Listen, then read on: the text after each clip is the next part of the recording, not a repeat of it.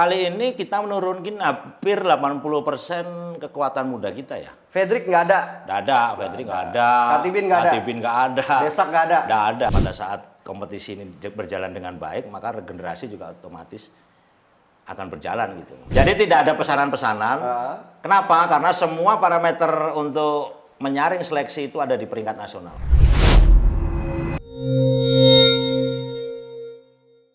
Salam olahraga, salam Pro 3 Siniar. Dadang Sundoro hadir kembali di podcast kesayangan Anda yang pasti.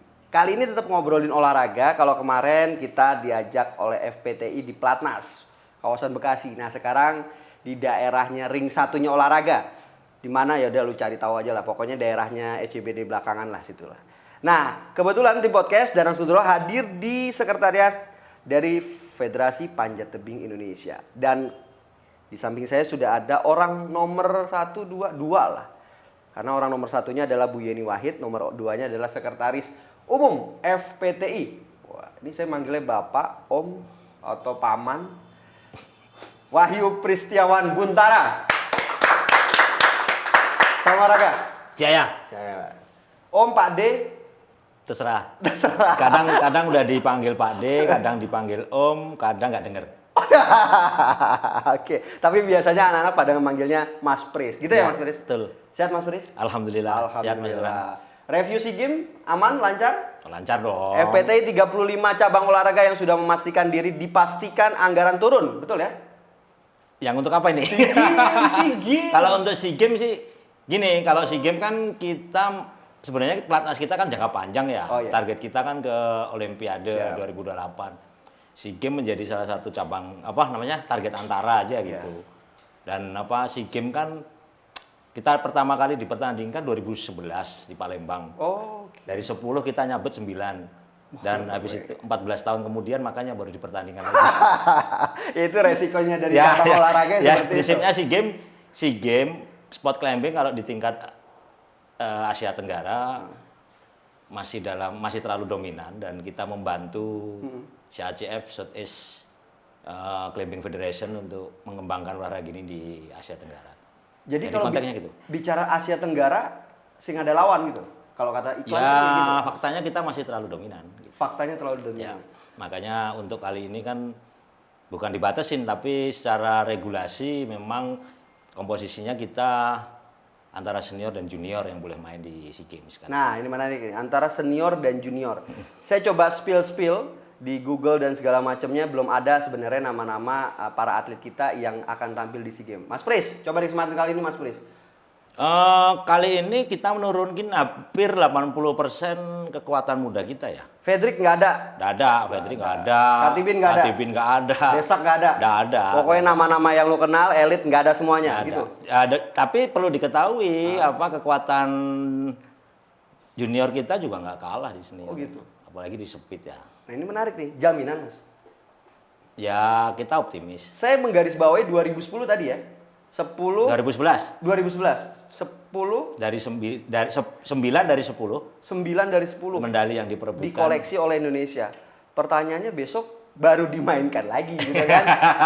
Dengan wajah-wajah yang notabene saya tidak mengecilkan para atlet junior kita ya, siapapun mereka. Mereka sudah berjuang di setiap daerah, betul ya? Betul. Dengan pelatihan segala macam. Tetapi dan mereka andalan kita di kejuaraan dunia, kejuaraan Asia di tingkat kelompok umur loh. Oh, itu yang digarisbawahi. Artinya sebenarnya bukan nama yang dijual, tapi pengalaman mereka bicara lagi di Asia Tenggara, tapi di dunia gitu ya. Betul. Coba sebutin nama-namanya siapa, Mas? Kalau nama-namanya kan yang paling senior ada Alfian. Itu yang paling senior sih. Yang lain-lain teman saya di kantor. Lain-lainnya atlet-atlet muda sih. Oke. Ya ada Kade, ada Robi. Semua ada Alma. Ada Alma ya? Ya, Alma walaupun statusnya adalah junior tapi nggak boleh disepelein. Apalagi di tingkat Asia Tenggara ya. Intinya dalam review kemarin kita ditarget 3 emas. Dari 6 yang dipertandingkan. Dari 6 yang diperebutkan. Apa aja? Besok kita akan target kita ada di speed putra putri dan lead putra putri ya. Lead putra putri. Boulder nggak ada ya Mas? Ya boulder ada. Termasuk. Ya kita kan kemarin 3 emas, 6 perak, 3 perunggu.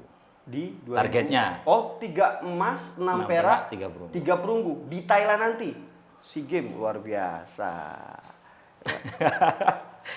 Tapi Ya, kita- jangan ngomongin SEA Games terus dong. Oh iya, siap. Kita loncat lagi ke event berikutnya. 2026 ada apaan? Ada kejuaraan dunia yang pasti ya. Ya, Tapi dan yang menarik adalah Asian Asian Games, Games. Nagoya, Jepang. Betul. Nah, di situ para atlet kita akan tampil.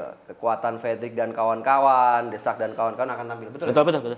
Gimana sejauh ini persiapan segala macam? Asian Games besok di Nagayo, Jepang itu kebetulan kan sistemnya udah berbeda ya. Sekarang pakai prakualifikasi. Prakualifikasi. Ya, prakualifikasi kemarin yang pertama di World Championship di Seoul itu jadi ajang prakualifikasi dan memang atlet-atlet speed kita nggak turun karena memang masih dalam masa recovery kan. Dan alhamdulillah kemarin atlet-atlet lead kita udah lolos ya. Si Serundeng, ada si Rifki dan ada si Lintang. Itu udah lolos untuk main besok di Nagayo. Untuk speed kita akan cari kuota di tahun awal 2026 ini di Asian Cup. Kemarin kita juga dapat kesempatan tim RRI pemirsa berbincang dengan coach Hendra Iya, ya. dan Pelatih. juga pelatih dan juga Katibin. Ya. Clear jawabannya, Mas Pris.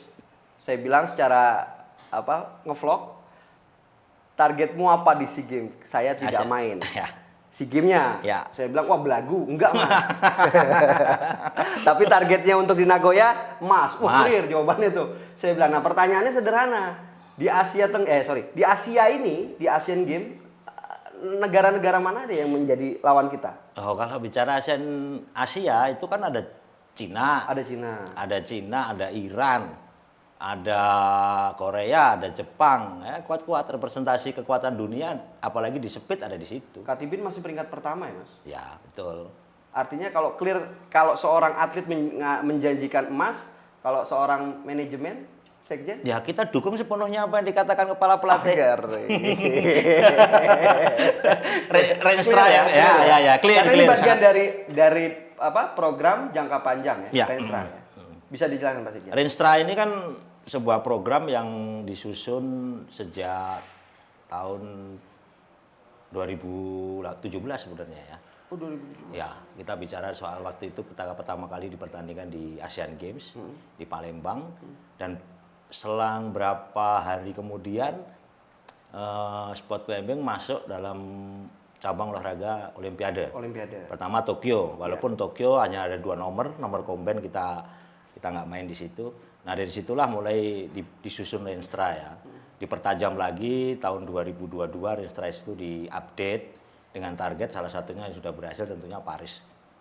Nah, setelah Paris tentunya kita punya target utama ada di LA 2028. Dan target antara kita sebelum LA 2028 ya Asian Games.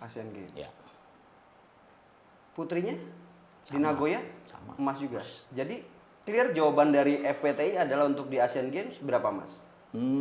Kalau relay dimainin, karena relay kan nggak dimainin nih. Ya 2 emas. 2 emas dari 4 yang dipertandingkan. Dari 4, iya. Maksudnya biar saya pengen 6 tahu biar yang jawaban dari dipertandingan. sekjennya langsung. 6 yang dipertandingkan. Dari 6 pertandingan, oke. Speed kita harus dapat. Speed harus dapat emas. By name langsung sebutin nih Pak Cen. Ya kita kan kalau speed kan masih punya Fredrik, masih punya Fredrik, Katibin, masih punya belum Katibin. yang muda-muda ya. Ya.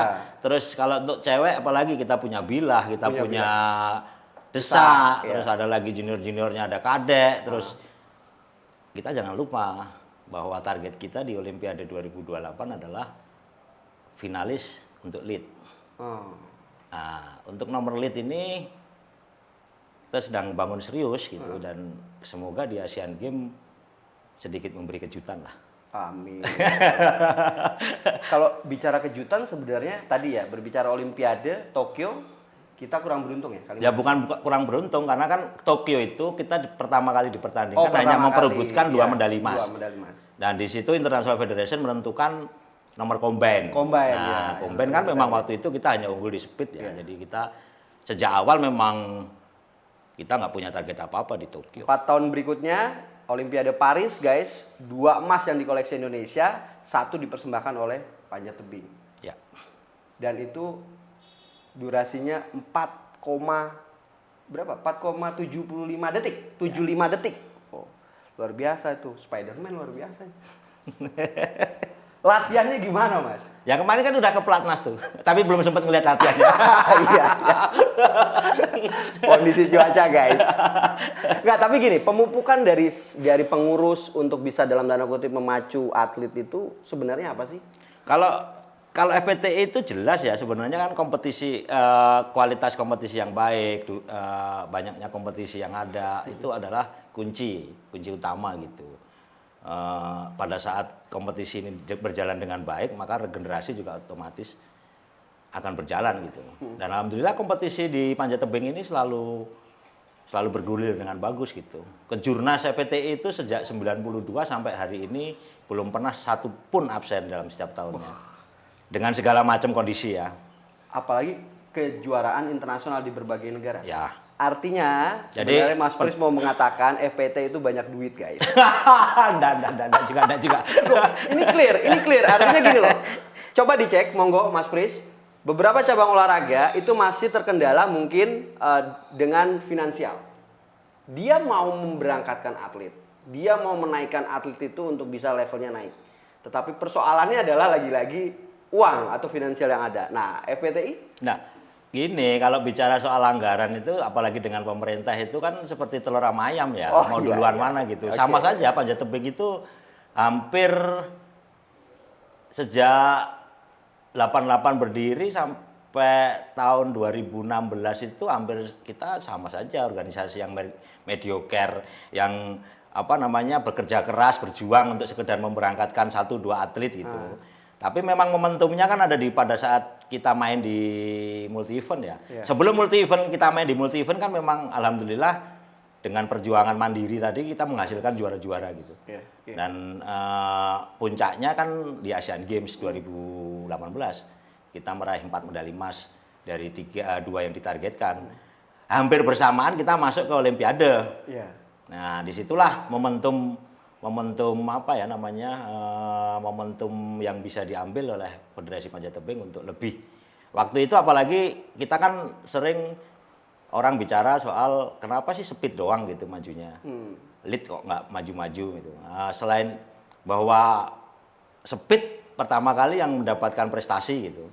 Nah, otomatis kalau sudah berprestasi, anggaran tentu akan semakin lancar. Sedangkan lead kan belum juara nih. Nah, awalnya kita dompleng.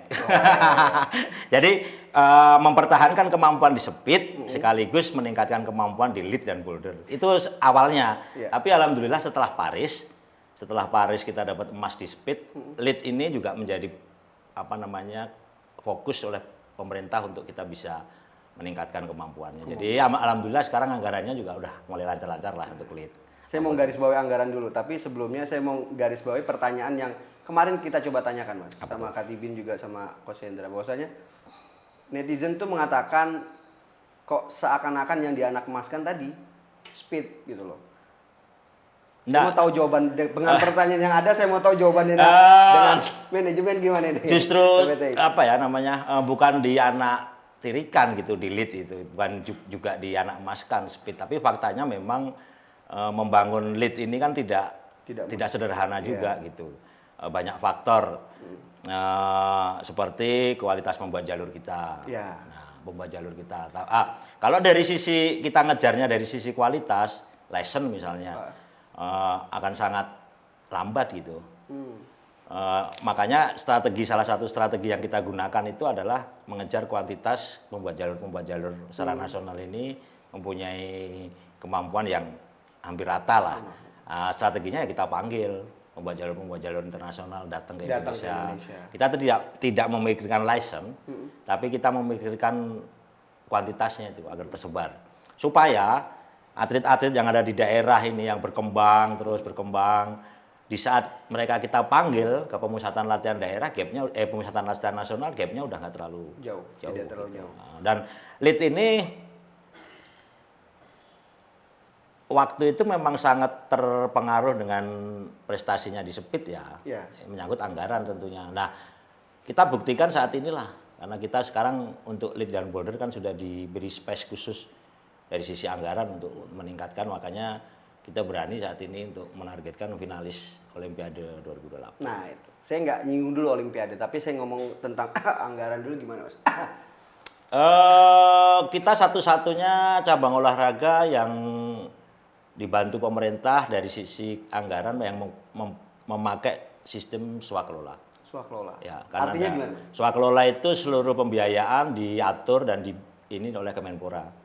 Kita menyadari kita sebagai organisasi masih sangat sangat belum berpengalaman ya. Makanya saat ini kita memilih MOU supaya swakelola agar kita di internal itu fokus ke perbaikan organisasi lah, peningkatan kapasitas organisasi sebelum kita bisa mengelola anggaran dari pemerintah secara baik dan benar. Itu sih alasannya. Jadi setahun berapa Mas? Untuk tahun 2025 ini kita ada di ranking nomor 3. Setelah sepak bola, bulu tangkis, dan kita panjat tebing. Semakin nggak ngerti saya Mas. Angkanya berapa Mas? 26 miliar per tahun. Clear. Luar biasa. 26 miliar setahun ya? Setahun. 2025. 2025. Sudah termasuk yang besok untuk SEA Games dipergunakan, Asian Games? SEA Games lain. Oh, SEA Games lain. SEA Games berapa Mas? SEA Games kita masih nunggu dari pemerintah. Oh iya. Ngikut aja. Tapi kan pelatnasnya kita jalan terus ya. Saya kalau ngomongin anggaran tuh agak batuk Mas. 26 miliar itu anggaran kita untuk pelatnas jangka panjang. 26 miliar untuk jangka panjang. Yang 1 tahun ya, tahun 2025 ini. Itu termasuk alokasi persiapan untuk Nagoya dan Olimpiade LA? Ya, ini kan pelatnas jangka panjang. Jadi memang goalnya di 2028. Nanti per tahunnya kita kan swakelola lagi, tanda tangan kontrak lagi. Cukup Pak sekian? Di 2025 ini alhamdulillah cukup. Cukup. Baik. Kan besok kita negosiasi lagi untuk 2027. Itu dia, negosiasi ya. Itu yang digarisbawahi kan. Iya. Karena biasanya kalau semakin banyak koleksian medali emasnya yang digarisbawahi, maka semakin banyak negosiasi. Amin. Baik, Pak Sekjen apalagi ngomongin anggaran apalagi Pak Sekjen yang seksi Pak? Ya kalau kita sih gini, kita sekarang sudah ngurusin atlet-atlet elit dunia ya. Tentunya FPTI punya fokus sekarang meningkatkan kapasitasnya organisasi ini supaya juga ikut elit lah. Jadi besok Desember kita rakernas, setelah keberhasilan Paris ini rakernas yang kedua 2025. Semoga di situ banyak keputusan-keputusan yang menyangkut peningkatan SDM di. Karena kita kan ngurusin sekarang atlet kita kan hampir bicaranya kan udah dunia nih, internasional segala macam, organisasinya jangan sampai ketinggalan lah. Itu. Jadi pembinaan atlet sebenarnya tidak bermasalah? Ya bermasalah pada saat nanti organisasinya juga nggak meningkatkan kapasitas dong. Nggak, artinya regenerasi itu sudah ada sejak... Sampai saat ini kita masih banyak sekali potensi-potensi yang mengancam para atlet-atlet yang ada di pelatnas. Baik. Jadi kita nggak boleh bikin atlet-atlet pelatnas di Bekasi itu merasa nyaman, merasa nggak. Oh kalimatnya gitu? Iyalah. Jangan sampai lengah sedikit kesodok dong. Oh iya. Karena ukurannya bukan menit guys. Ya detik. Ukurannya detik. Baik. Anggaran nggak mau nih Mas? Nggak ada obrolan lagi? Efisiensi nggak ngaruh ya? Alhamdulillah efisiensi itu kan dari berapa cabur itu nggak ngaruh. Nggak ngaruh? Nggak ngaruh. Peraih medali emas Paris nggak pengaruh. Oke. Clear guys. Efisiensi nggak ada ngaruhnya bagi FPTI. Baik. Olimpiade apa kabar Mas? Ya itu. LA kita tetap dengan meningkatkan medali di speed dan kita menjadi finalis di elite. Target kita. Itu yang kita kejar. Update sejauh ini terkait persiapan para atlet? Ya terus sejak kita nggak keputus ya, sejak Paris selesai sampai hari ini kita nggak keputus sampai besok 2028. Apa pesan sebenarnya dari pemerintah maupun Kemenpora dengan anggaran tadi saya coba kaitkan? Kita nggak ada pesan khusus ya. Pesan arti pematokan FPTI, oke kemarin clear 1 emas, besok tolong dinaikin jadi 2 misalnya. Justru kita yang menyampaikan. Oh gitu. Oh. Kita punya komitmen bahwa kita akan menambah emas di speed dan. Menarik nih. Dan finalis di elite. Di LA besok. LA besok. Keren. Berarti sudah pemasangan target sebenarnya sejak dini. Walaupun belum by name. Siapa yang ditargetkan? Kalau bicara bandnya memang susah ya. Ada KTB, ada Patrick, ada. Iya, itu memang. Ya, pokoknya atlet-atlet yang sekarang sedang kita pelatnaskan di Bekasi itulah yang akan siapapun nanti yang akan bisa mencapai puncak di LA 2028. Intinya target kita itu menambah emas di speed dan menjadi finalis di nomor lead. Jadi tidak ada target dari pemerintah karena mumpung kan Menporanya baru nih. Ya akhirnya kan itu jadi patokannya pemerintah. Oh. Karena kita, tapi itu bukan pesan pemerintah, itu pesan dari kita. Beban moral nggak sih Mas? Bagi FPTI sendiri punya atlet-atlet yang notabene kemarin bisa berprestasi. Ya tentu kalau mempertahankan kan lebih Betul. lebih ini ya, tapi kita tetap low profile aja deh. Kita nothing tulus, dengan kita yakin dengan kekuatan kita sekarang kita pertahankan secara konsisten, kalau perlu kita tingkatkan. Gitu. Seperti ya. Ya kita ya optimis lah. Bicara sekjen berarti bicara juga tentang bagaimana memanajemen dengan daerah-daerah. Nah, kita coba lebih kepada beliau sebagai pejabatnya. Kalau sejauh ini bagaimana dengan FPTI di daerah-daerah, Mas? Ya FPTI itu ada 30 dari 33 provinsi, aktif 30 Pemprov. 30 Pemprov. Dan hampir semuanya aktif. Hanya ada beberapa, ada Gorontalo, ada Sulawesi Tenggara yang saat ini sedang sedikit vakum. Dan yang lainnya sangat aktif dan galak-galak. Dan galak-galak. Galak-galak gimana? Ya galak-galak dalam artian gini, FPTI ini kan unik-unik gimana gitu. Organisasinya dipenuhi oleh hampir 80% anak-anak muda yang punya idealisme tinggi, yang mempunyai latar belakang suka petualangan, mereka punya rasa solidaritas yang tinggi. Jadi idealisme yang tinggi ini membuat kontrol terhadap kita yang ada di PP juga sangat ketat tentunya ya. Dan itu sih sebenarnya justru bagus buat perputaran organisasi ini.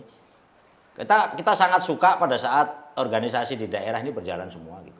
Dan di situ efek dominonya itu kompetisi juga berjalan, baik di tingkat daerah, tingkat regional, tingkat nasional, sehingga kita punya ranking nasional ini bisa kita gunakan untuk parameter perekrutan atlet atau seleksi atlet. Jadi kita perlu dicatat bahwa di FPTI ini tidak ada seleksi secara khusus, seleknas misalnya. Oh, nggak ada. Seleksi itu diambil dari peringkat berjalan yang ada selama ini, hasil dari kompetisi-kompetisi yang berputar. Kalimat galak itu tadi termasuk kalau misalnya saya FPTI-nya di daerah A gitu, Pak Sekjen coba ini atlet saya kok nggak pernah naik ke nasional gitu. Nah kalau itu kan Pemesanan gitu. jadi tidak ada pesanan-pesanan. Kenapa? Karena semua parameter untuk menyaring seleksi itu ada di peringkat nasional. Dan peringkat nasional itu adalah hasil dari kompetisi-kompetisi yang bergulir selama 1 tahun misalnya. Jadi tidak ada kata peringkat 1 nggak diambil, peringkat 10-nya diambil gitu karena titipan. Daerah mana Pak Sekjen yang notabene sering menyumbangkan atlet terbaik untuk nasional? Alhamdulillah sekarang rata.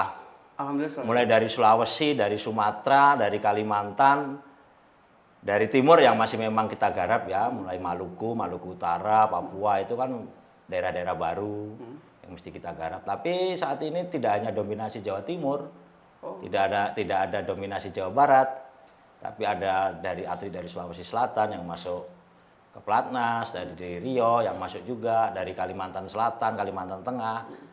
Jadi rata sekarang. Kalau yang dibutuhkan seorang atlet itu sebenarnya apa? Kekuatankah? Atau kekuatan dalam arti kan menilai kecepatan? Atau sebenarnya insting dalam dia bermain sebagai atletnya atau gimana maksudnya? Enggak. Termasuk mood juga misalnya saya mau nanyain. Karena kemarin saya sempat tanyakan juga tuh ke Katibin. Kalau bicara kita sih otak-otot nasib. Otak-otak nasib. Itu secara umum. Kita perlu otak untuk bisa menyelesaikan banyak problem-problem jalur.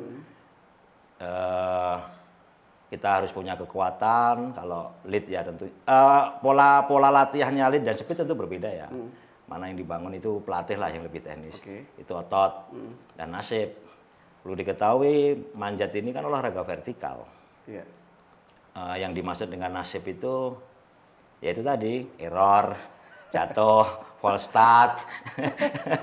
Kalau di lead ya banyak faktor juga, dia nginjek hanger segala macam lah. Itulah yang dinamakan nasib.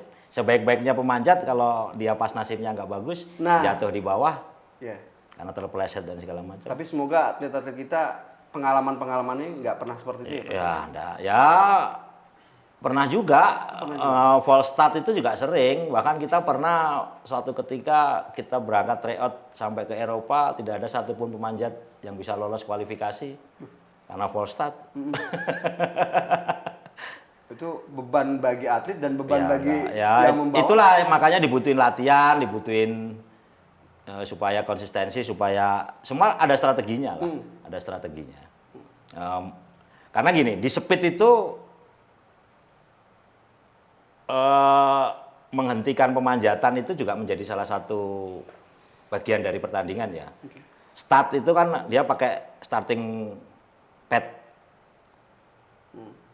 Jadi dia ada satu media kotak gitu. Kalau dia full start atau nyolong start pasti bunyi. Kebaca, Nah, ya. terus menghentikan waktu pemanjatan Di atas. di atas itu adalah bagian dari pertandingan. Secepat apapun kalau dia nggak bisa menghentikan ini, ya sama aja gitu. Nah ini ada semacam strategi-strategi yang dilatih juga. Seperti kemarin waktu di Paris itu kan bisa dilihat tuh hampir presisinya antara si Fedrik dan lawannya kan. Bahkan di sebelumnya di babak-babak sebelumnya kan yang si siapa Desak. Desak kan kalau orang lihat dari samping dia sebenarnya lebih cepat dari lawannya gitu. Ya. Tapi kenapa yang berhenti kok lawannya dulu gitu? Dulu. Ya karena kan seperti misalnya dia perlu Ngayunkan tangan. ngayun sini sama dini.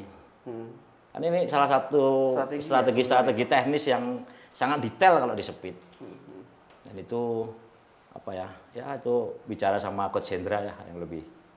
Sekum aja tahu loh guys, hal-hal yang mungkin dianggap sepele ya, tapi Ya nggak sepele. pada saat di speed. lapangan ya itu penting banget. Kalau speed kan ya seperti tadi dibilang, bicaranya kan 0, sekian detik. Iya, gitu. bicaranya 0, sekian detik. Jadi efek kita mesti ngelambung gini dengan ini yang langsung udah sangat pengaruh. Karena mau nyetop starting pad mesti gini, ada yang langsung gini. Iya. Itu ngaruh banget. Tantangan sekarang apa Pak Sigien? Ya, PTI. tentunya pasca kita berprestasi di Olimpiade, tentunya kan ini menjadi sebuah momentum yang sangat bagus dan juga sekaligus sebagai momentum yang bisa sangat jelek itu kalau kita. Dan alhamdulillah kita berharap momentum yang bagus ini bisa ditangkap oleh seluruh daerah untuk bisa digunakan untuk lebih memajukan olahraga ini. Gitu. Kalau dari sisi value mungkin orang bicara si Fedrik dapat bonus itu besar miliaran gitu. Tapi kalau bagi kami justru value yang paling besar itu harusnya bisa didapat oleh teman-teman di daerah. Seperti misalnya sekarang kan panjat tebing menjadi salah satu cabang olahraga unggulan, di mana dia harus mau nggak mau PPLP di daerah-daerah itu pemusatan pelatihan atlet-atlet muda yang ada di daerah itu mau nggak mau kan wajib untuk memasukkan panjat tebing menjadi salah satu cabang yang harus diperhatikan gitu. Sorry, koreksi Pak Sigien, masuk DBON juga ya Pak? Ya DBON masuk. Desain besar olahraga nasional guys. Makanya kalau ini kalau ini bisa ditangkap oleh seluruh daerah untuk bisa memicu prestasi atau perkembangan olahraga ini lebih baik, nah itulah justru value yang kita harapkan. Itu yang sangat besar sih sebenarnya. Itu tantangan. Tantangan bagi kita dan semoga berhasil. Dan sejauh ini sudah. Nah sejauh ini ya dengan lebih meningkatnya, kalau kita bicara daerah kan sekarang sudah sangat banyak klub-klub. Baik dari usia dini sampai ini peningkatannya sangat signifikan gitu, dan sampai saat ini ya kita nganggap masih kita patut bersyukur lah momentum ini bisa ditangkap. Ada kekurangan selama ini yang dirasakan Pak Sigien FPTI? Sampai saat ini kita masih syukurin dulu lah hasilnya. Bicara kekurangannya nanti dulu gitu. Kapan lagi nembak orang nomor 2 kan? Kita syukurin dulu hasil dari apa ya?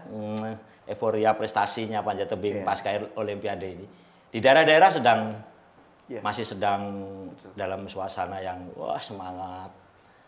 Karena euforia dampaknya dari Olimpiade Paris, karena kebetulan saya nonton Pak Sigien di venue tersebut, saya ngeliput, RRI ngeliput dalam Olimpiade. Tapi nggak ketemu kita ya? Nggak ketemu alhamdulillah. Saya nunggunya di pojokan. Oke. Nah, artinya euforia dari mulai 1 emas itu luar biasa dampaknya sampai sekarang. Nah, ini mungkin menjadi tantangan buat FPTI bisa menjaga, ya itu tadi mempertahankan ya kalimatnya. Bahkan menambah lagi kalau bisa kalimatnya seperti itu ya. Ya. Kalau kita sih nangkepnya kalau dari sisi persiapan ya, kalau dari sisi persiapan tentu itu sudah mutlak ya. Persiapan untuk Olimpiade 2008 jelas pasti akan didukung lebih maksimal daripada kita saat mempersiapkan Olimpik 2024 Paris. Tentunya ini ya. Tapi justru fokus kita kan tentunya dampaknya buat organisasi kita nih gitu. Kalau hanya bisa dirasakan oleh tim ini untuk bisa persiapan lebih maksimal ke sana. Karena gini menurut kita daerah ini kan sekarang jadi supplier. Oh iya. Supplier yang ada di Bekasi. Kalau di daerah ini nggak kita kawal sama-sama untuk bisa nangkep momentum tadi sehingga bisa ngambil banyak dukungan di daerah untuk lebih meningkatkan kualitas pembinaan di daerah, suplai kan tentu akan terganggu juga. Kalau suplai terganggu ya kita hanya akan berhenti di Kaltibin, di Fedrik, di Desak, nggak akan lagi muncul-muncul pesaing-pesaing di bawah. Tapi kan tidak ada hambatan kan sejauh ini untuk regenerasi. Saya ngulang lagi kalimatnya nih. Alhamdulillah ditangkap dengan baik oleh teman-teman di daerah. Ya. Walaupun masih ada 1-2 tapi itu kan terkait dengan kebijakan di daerah juga kan. Kebijakan di daerah. Kameranya Pak Sekjen yang mana Om? Oh yang ini Om. Pak, coba Pak ke kamera Pak. Apa itu? Yang pengen diomongin sama pemerintah Pak? Permintaannya Pak. Enggak.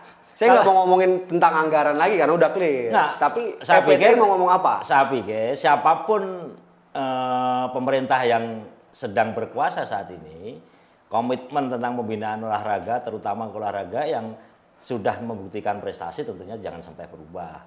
Itu aja. Itu aja. Ya. Jadi waktu saya ditanya terkait dengan komentar dengan menteri yang baru, siapapun menterinya, siapapun presidennya.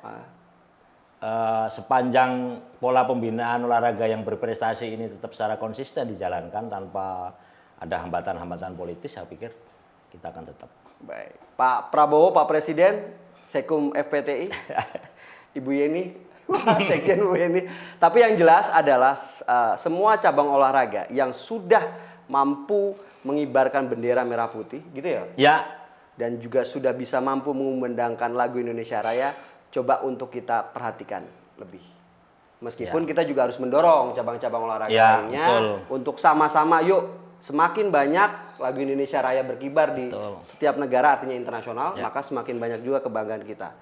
Karena ada 2 hal ya katanya Pak ya, yang bisa membawa atau lagu Indonesia Raya berkibar ya Pak ya. Presiden datang dan saat para kita atlet jadi juara. Indonesia menjadi juara. Saya Danang Sundoro, Pristiawan Guntara, Sekretaris Umum FPTI. Terima kasih atas waktunya. Salam olahraga, Pak Sekjen. Terima kasih. Sama-sama, Mas. See you. Bye-bye.